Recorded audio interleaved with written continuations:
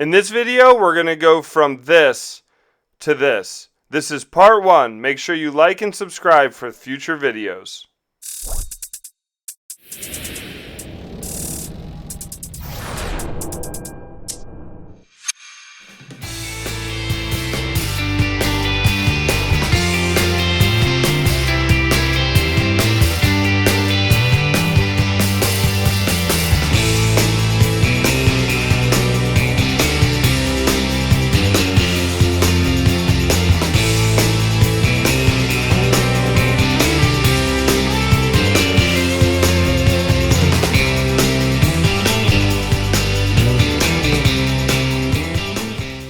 Deck was here, stairs coming down. We're gonna do, so it was 8 feet, we're gonna extend it all the way to the edge here, and to come out 8 feet here, it's only gonna be 4 feet there. And then up top, we're gonna do cover your pergola out. Stay tuned.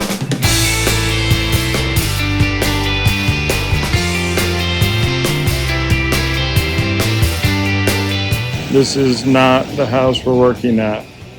But I want you to take all this in, especially that and that. We got helical piles installed today, or I should say we attempted. So we got that one and those, but when he tried to drill here and there to here, we kept hitting concrete. We're like, what the hell is going on? To say the least, it was not a fun morning. So make a long story short, come to find out, this, unbeknownst to us and the homeowner, used to be a garage door.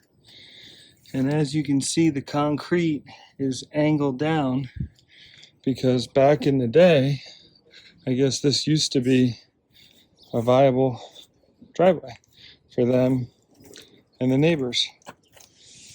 So the plans call for a 22-inch, or actually 21-inch sonotube 3 feet down. So I had to buy, they don't sell 4-footers, they only sell 12-footers. So this sonotube, obviously cut in half, was $250. So we could pour concrete. And then what I'm gonna do here is drill and put rebar to tie that slab and this, which was a retaining wall, together. And then we're gonna fill that entire thing with concrete. I thought I'd be framing right now.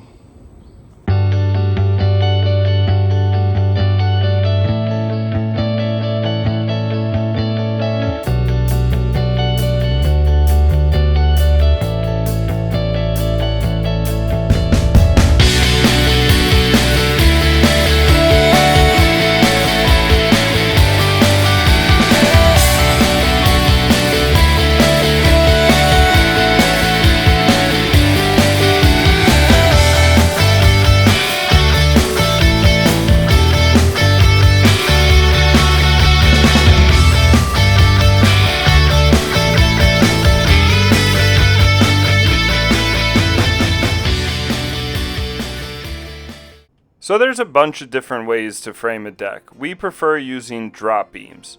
So what we're doing here is we're installing the 6x6 post on some helical piles and some concrete, obviously due to what you saw earlier in the video. So these are called drop beams. Essentially what they do is they're girders for the joists, but it's a lot easier to frame on top of them opposed to doing girders, or what some people call inline beams.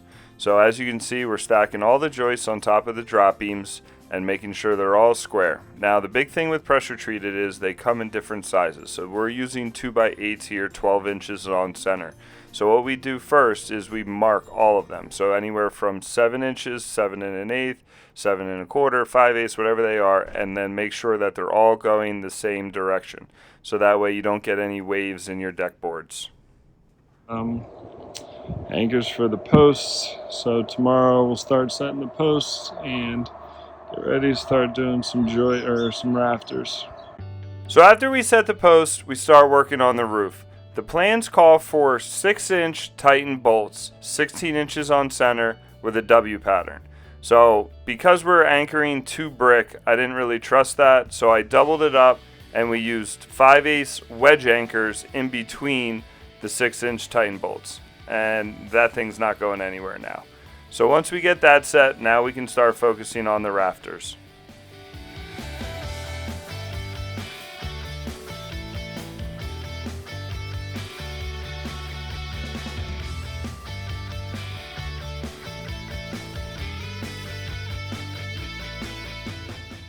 So for the deck we did 2x8s 12 inches on center. For the roof we're doing 2x8s 16 inches on center. Now the plans call for hurricane clips for the rafters. I didn't like that, so I talked to the inspector and we're just doing regular joist hangers because it's only a 112 slope.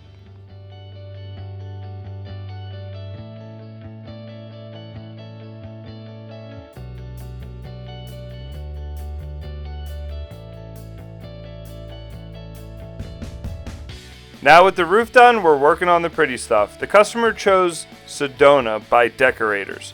Typically we do a picture frame in a different color, but they chose to do Sedona throughout. So here I'm installing the first picture frame, and now we're going to start laying all the deck boards.